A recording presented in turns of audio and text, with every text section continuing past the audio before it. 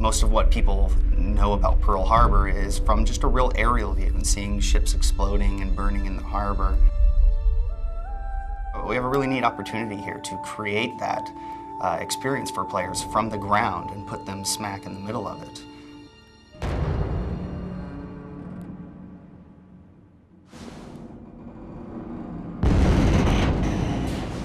What was that? What's going on?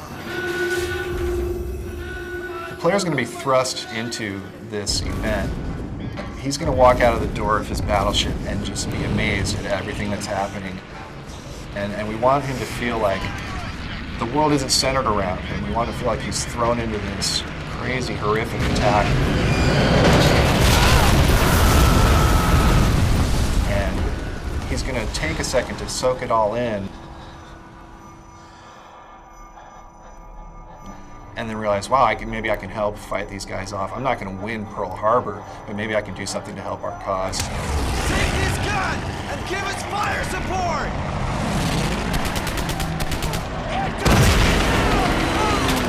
Throughout the game, a lot of the inspiration for the levels was taken from real live accounts.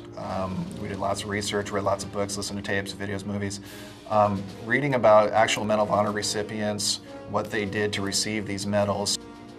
They always say that reality is often more interesting than anything you can come up with, and I think that's very true in this case.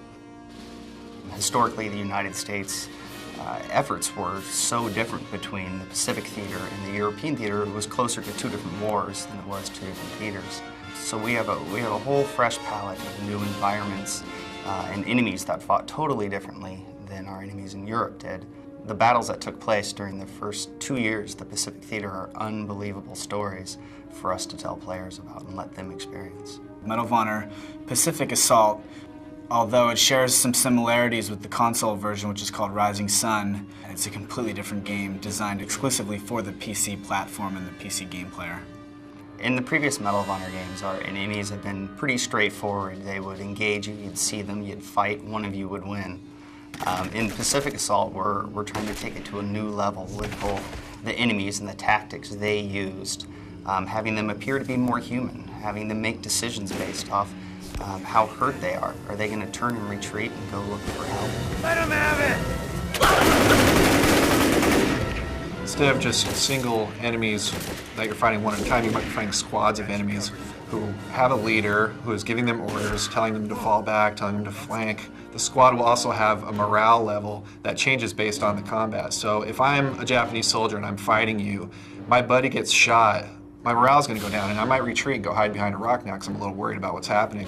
Or if my personality is different, I might instead pull out my sword and charge you.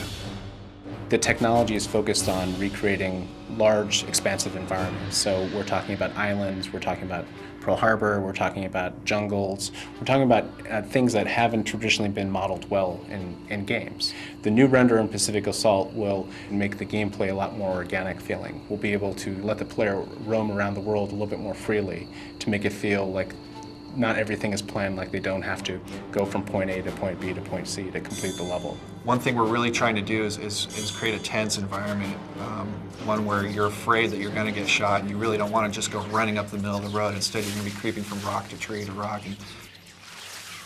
We might add some more psychological features in there, maybe voices or whispers or a very eerie wind or something that's going to give it more of a moment. Every time that you replay the level, you're not always exactly hearing the same moments over and over again. We go out on weapon shoots with actual World War II weapons to ensure we record the right audio and our animators can see what it really looks like when you shoot one of these guns. They took damn near the entire Pacific with these things. And we work with museum curators and reenactors, so we really know what it feels like when a flamethrower goes off a few feet away from you and how to convey that in a game for a player. We go to painstaking efforts to research every aspect of the war and the content of the video game. It provides us with an opportunity to entertain and educate players on World War II. And having the opportunity to build games that are socially conscious is pretty rare these days, and something our team in Electronic Arts takes most seriously. It is the most horrific and harrowing moments in our history.